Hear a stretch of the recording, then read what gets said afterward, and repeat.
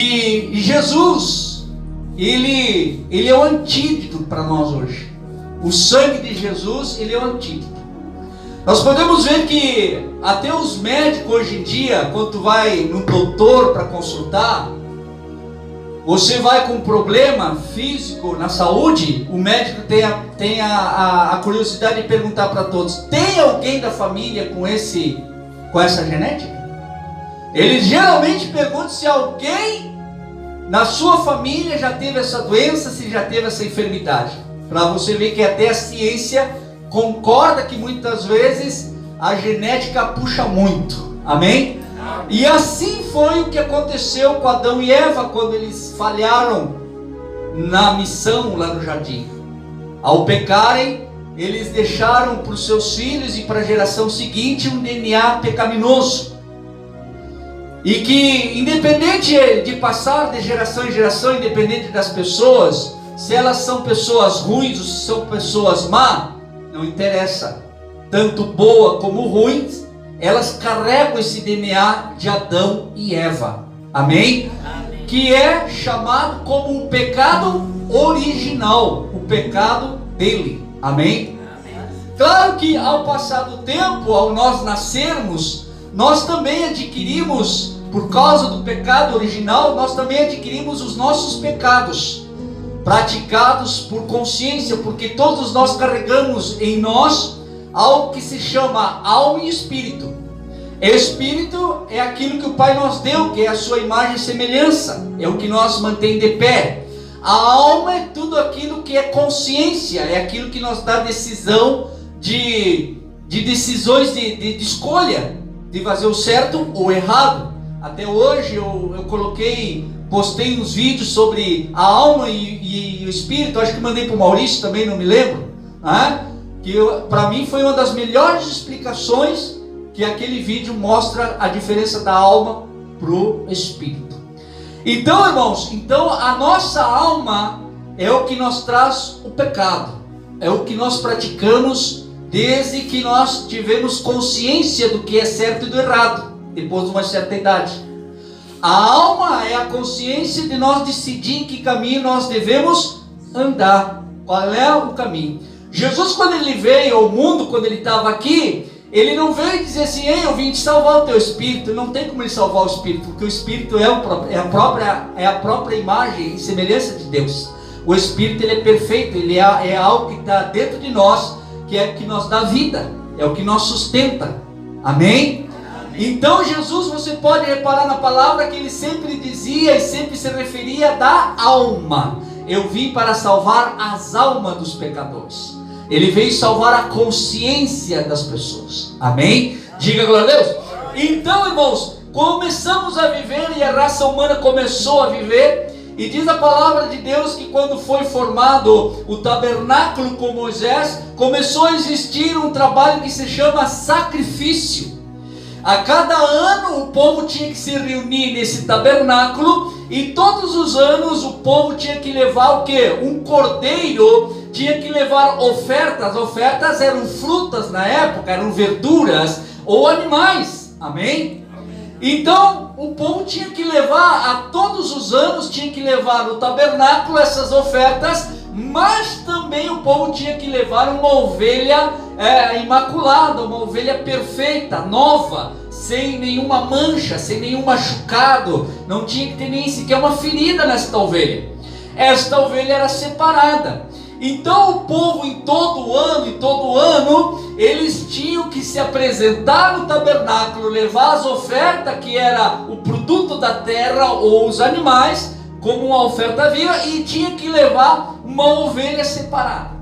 Diz a palavra de Deus que eles levavam essa ovelha, o povo levava essa ovelha e apresentava ao sacerdote.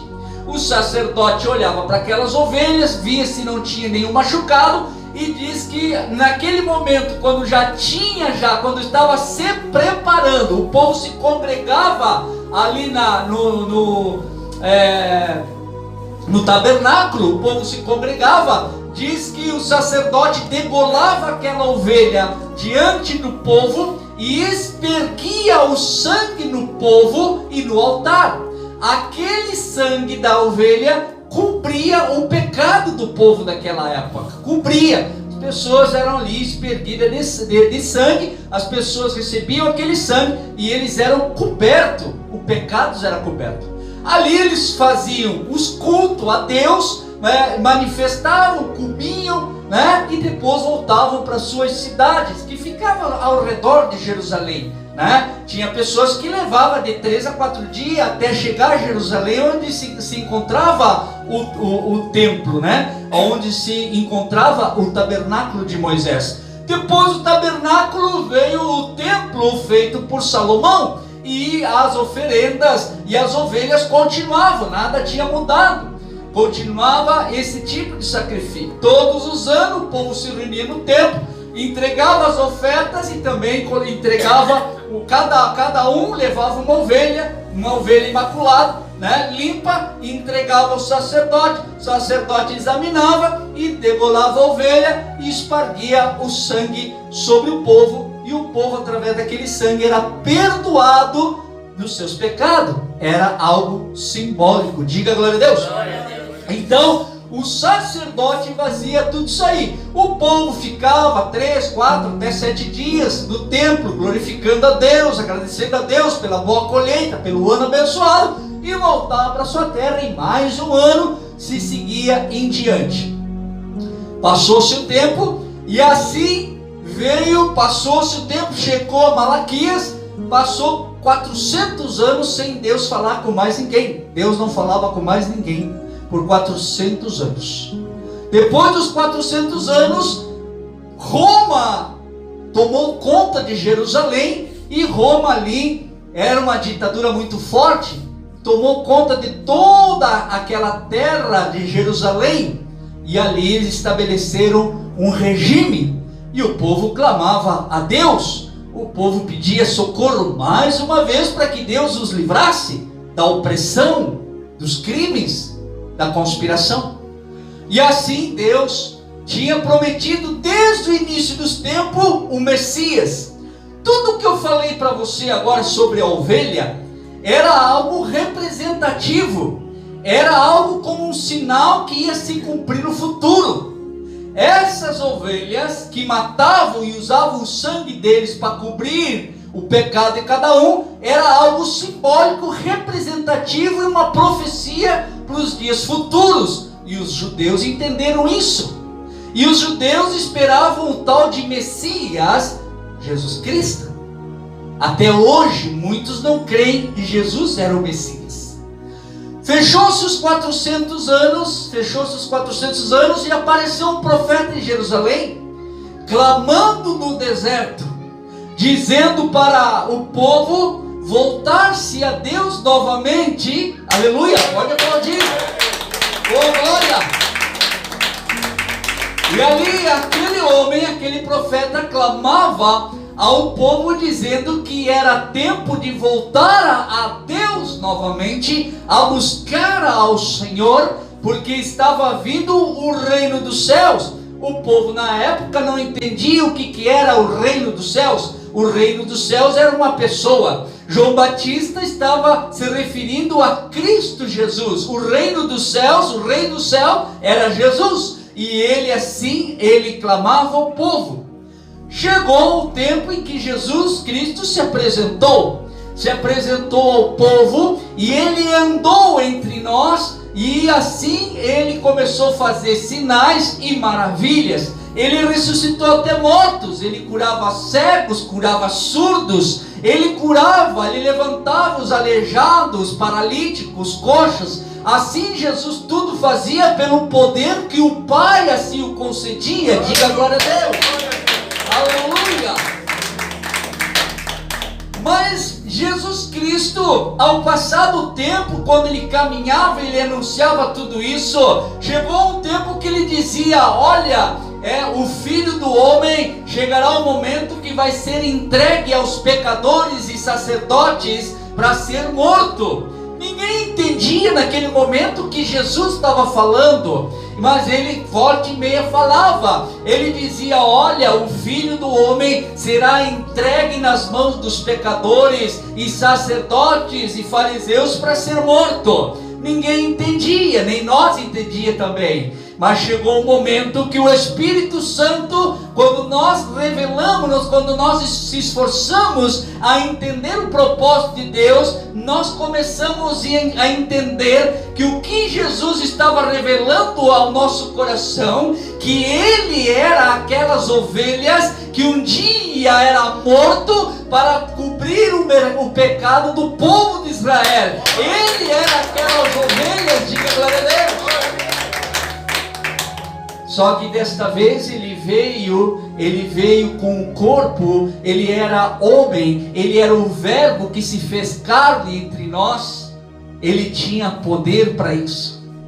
Todos os anos se fazia sacrifícios de ovelha, mas quando Jesus surgiu e se revelou quem ele era, ele revelou para todos nós que iria ter um sacrifício, e ia ser um único sacrifício, jamais e nunca mais iria haver sacrifício, iria ter apenas um sacrifício, e esse sacrifício era Jesus. Jesus era essa ovelha, que um dia ele ia ser açoitado, ele ia ser cuspido, ia carregar uma coroa de espinha sobre a sua cabeça, ia ser pregado na cruz, e 6 horas ele ia agonizar, e mesmo na cruz, ficando 6 horas agonizando, mesmo na cruz, ele clamava ao Pai, ele orava ao Pai, ele invocava o nome do Pai, não por ele. Incrível era isso, não era por ele, porque ele tinha certeza e ele já sabia que ele era a ovelha que veio ao mundo para ser sacrificada pelos nossos pecados. Diga glória a Deus, aleluia. E ele na cruz, Dona Maria, ele não pedia por ele pedia por todos nós. Ele dizia: Senhor, perdoa-os porque eles não sabem o que faz. Senhor, está tudo consumado. Quando ele diz está tudo consumado, significa que chegou um momento que todo o pecado da humanidade, não foi por mim, não foi só pelo seu Agapito, não foi só pelo seu Maurício, mas foi por toda a humanidade. Jesus morreu por toda a humanidade. Jesus ali, ele ficou na cruz por 6 horas. E ali ele derramou até a última gota de sangue. Até a última gota de sangue significa que foi por toda a humanidade. A palavra de Deus diz que a última gota de sangue, por último saiu a gota d'água. Saiu água, não tinha mais sangue no seu corpo. Ele fez tudo isso por toda a humanidade. Aleluia, glória a Deus. Santo é o Senhor. Aleluia. E assim ele completou, assim ele morreu na cruz, levando sobre si os nossos pecados. Hoje nós temos que anunciar, nós que entendemos hoje nós temos essa visão pelo Espírito Santo de Deus, por esse sacrifício que Jesus fez por nós. Hoje nós temos que anunciar ao povo, assim como nós anunciamos João capítulo 3, versículo 16, que diz: Deus amou o mundo, não foi só o Xavier, Ele amou o mundo de tal maneira que entregou o seu único filho, para que assim nós não viéssemos a padecer aonde? Tanto no que vai vir, como também no inferno. Aleluia, glória a Deus. Santo é o Senhor. A palavra de Deus também diz, irmãos, que a palavra, quando Jesus morreu, ele ficou 3 dias morto. No 3º dia ele ressuscitou. Ele ressuscitou e andou mais 40 dias e 40 noites junto com os discípulos novamente. E ele ordenou os discípulos dizendo: ei, não se afastem de Jerusalém. Como dizendo para os dias de hoje: ei, não se afaste da comunhão dos irmãos. Não se afaste da igreja. Porque ainda falta mais uma coisa para vocês. O que, pastor? O revestimento do Espírito Santo. Vocês tiveram o conhecimento, vocês adquiriram o conhecimento do que eu fiz, do que eu estou fazendo, mas agora vocês precisam ser revestidos de poder e de autoridade para anunciar a palavra de Deus. Diga glória a Deus.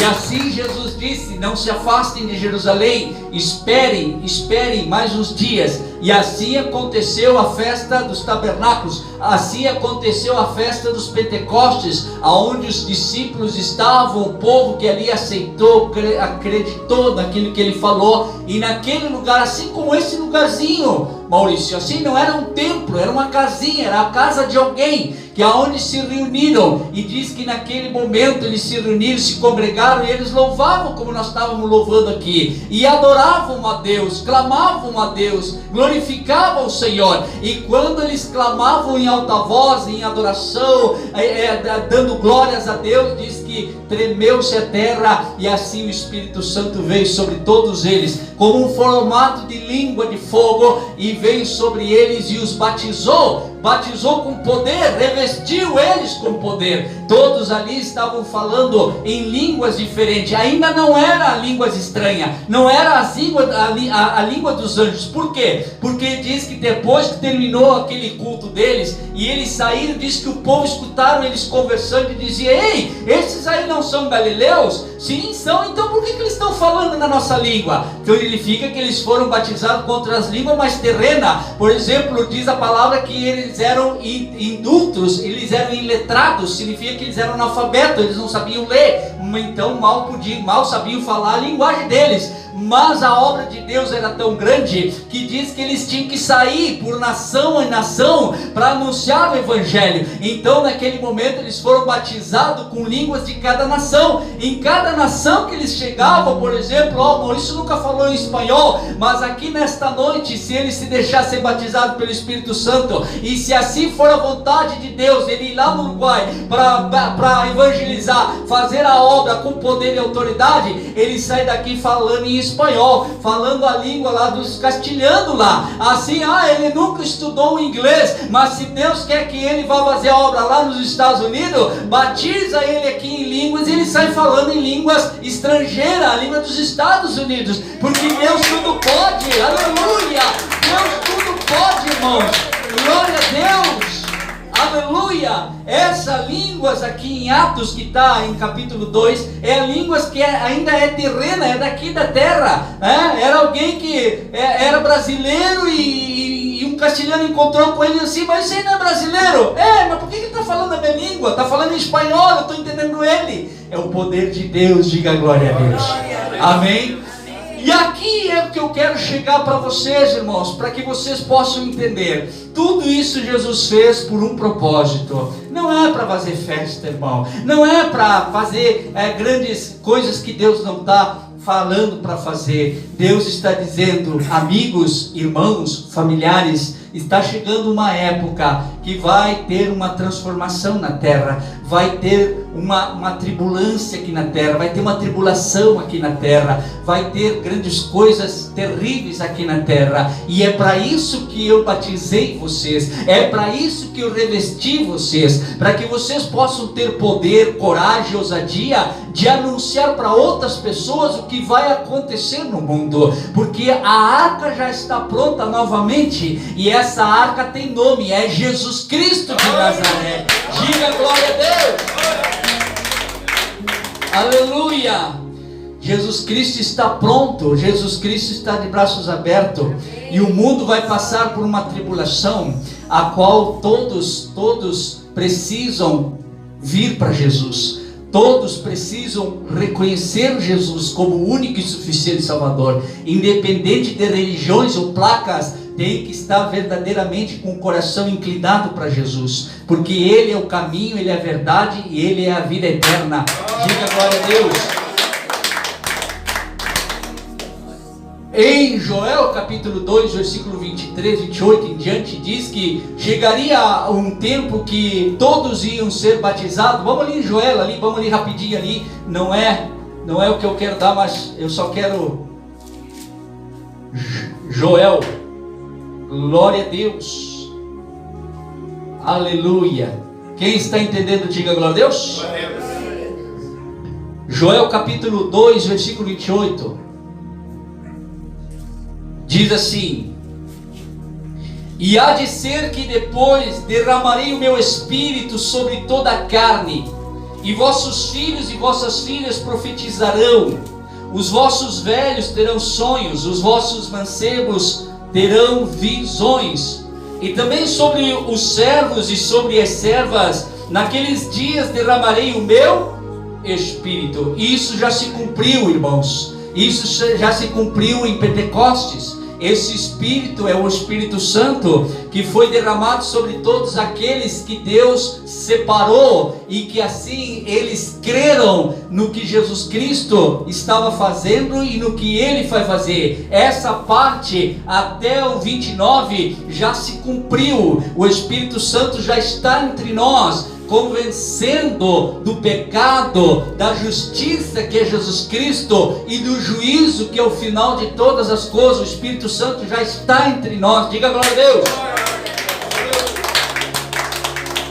Versículo 30 diz assim, e mostrarei prodígios dos céus e na terra, sangue e fogo e colunas de fumo. O sol se converterá em trevas e a lua em sangue, antes que venha o grande e terrível dia do Senhor. Não esqueça que diz assim, antes que venha o grande e terrível dia do Senhor. Então antes vai vir o que? Vai vir a tribulação na terra. Isso já está sendo preparado para vir. Isso já está a caminho, já está a um passo de acontecer. É aonde vai vir a paz de 3 anos e meio, e depois os restos dos 3 anos e meio que vão vir, vai ser a grande tribulação, aonde eu creio que já não estará mais a igreja,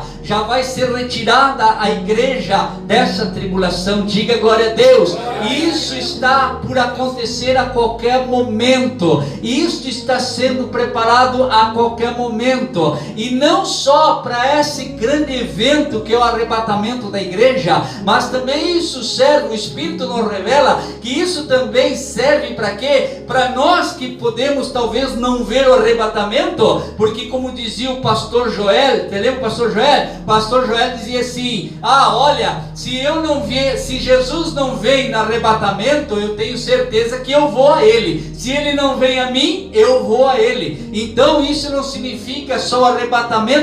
Eu não me preocupo com o arrebatamento, eu me preocupo como está o estado da minha vida, porque eu não sei depois desta pregação se amanhã eu vou estar vivo. Eu não sei se nesta noite o Espírito Santo pode me levar e amanhã o irmão Renato saber. Sabe o pastor Xavier? Sim, Deus levou para si, porque nós não sabemos do dia de amanhã. E por isso que todos os dias o Espírito Santo, Ele traz alegria ao nosso coração, mas não alegria de nós termos uma vida de abundância aqui, mas Ele nos traz alegria porque nós podemos a qualquer momento receber o reino eterno. A vida eterna é onde a alegria vai ser infinita, vai ser para todos sempre. Aleluia! E ele diz assim agora lá no versículo 31, o 30 mostra a revelação sobre o arrebatamento de coisas terríveis que vão acontecer na terra, e no 31 diz assim, o sol se converterá em trevas e a lua em sangue, antes que venha o grande e terrível dia do Senhor. Primeiro vai ter a tribulação. No meio da tribulação, os judeus e aqueles que ficaram aqui na tribulação, eles vão clamar a Deus, eles vão se arrepender, vão buscar a Deus, e aí sim, irmãos, aí todo olho verá a Cristo. Não esqueça, irmão, que no arrebatamento ninguém vai ver Jesus Cristo, porque Jesus vai vir de um lado do oeste ao oeste, e ninguém vai ver, porque vai ser como um tipo de um relâmpago. Diz que você vai dormir com o seu cônjuge, só um vai levantar o outro dia, 2 estarão no campo e só um vai ficar no campo, e assim vai ser o arrebatamento. Ninguém vai ver Jesus Cristo, vai ser rápida coisa, e aí só vão ficar aqueles que vão passar na tribulação, que vão ficar na tribulação, mas que vão ter a oportunidade de salvação, de buscar a Deus ainda, mas vão estar na tribulação, vão sofrer por causa dessa tribulação. mas vão ter a oportunidade ainda de buscar a Deus. Mas diz que aí sim, quando verdadeiramente esse povo clamar a Deus, os judeus que esperavam o Messias de tal maneira, não acreditaram que Messias já tinha vindo, não acreditaram que Jesus já estava entre nós, diz que eles vão se dar de conta de uma coisa. Do que, pastor? O anticristo que vai se passar por Cristo, que é o que vai governar o mundo, vai pedir que o ser humano e as pessoas e as nações se prostrem a ele. E aí os judeus vão se dar de conta, mas para aí, nós nunca se prostramos a ninguém, a não ser o grande Deus, a não ser Jeová, a não ser o El Shaddai, Adonai Elohim, e eu vou estar me prostrando a esse homem. Aí eles vão se dar de conta que aquele não era o Cristo, mas sim era o diabo, era o filho da perdição. E ali eles vão começar a se arrepender, ali eles vão voltar a clamar a Deus. E aí sim, quando eles clamarem verdadeiramente a Deus, aí Jesus vai vir sobre as nuvens com poder, sobre as nuvens com poder, junto com os anjos, e ali ele separará as ovelhas dos bodes. Aleluia, glória a Deus, aleluia, aleluia. Abra lá em Marcos, irmãos, que a hora está passando. Você entendeu tudo isso que eu anunciei a você? Amém. Aleluia.